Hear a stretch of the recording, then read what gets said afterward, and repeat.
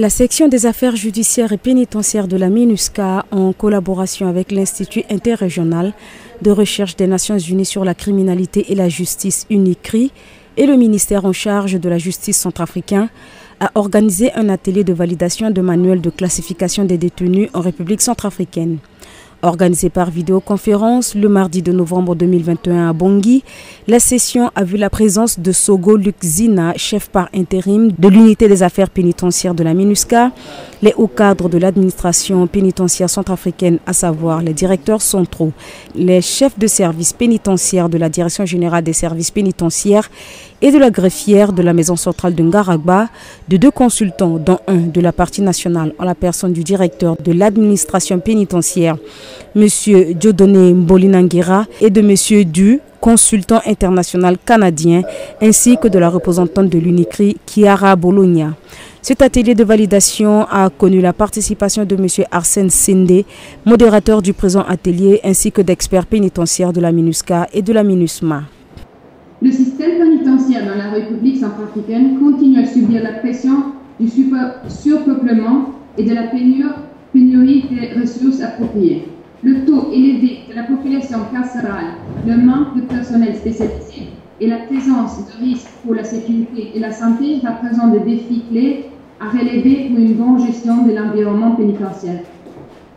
Dans ce contexte, l'UNICRI est honoré de travailler avec la MINUSCA et les autres acteurs pertinents afin de développer un outil de classification adapté pour évaluer les différents besoins des détenus en matière de sécurité, protection et intervention.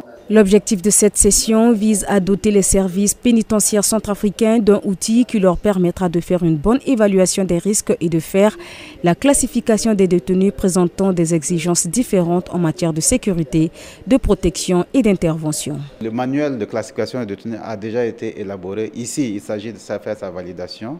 Il y a également le projet de décret que nous avons développé. Il s'agit justement de faire.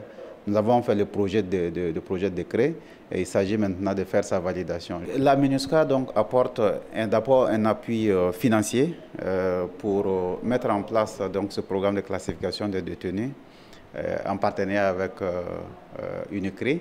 La MINUSCA également apporte un appui technique. Donc notre appui est à double niveau, un appui financier et un appui technique pour mettre donc, ce système de classification des détenus dans les prisons en Centrafrique. Cet atelier s'est tenu dans le cadre du renforcement du système pénitentiaire centrafricain afin de renforcer la sécurité dans les établissements pénitentiaires et de préparer les détenus à leur réinsertion sociale.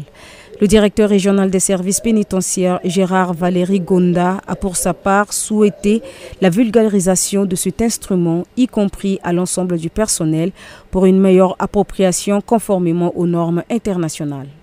Quand un détenu vient, il vient avec un taux de dangerosité qu'on ne maîtrise pas.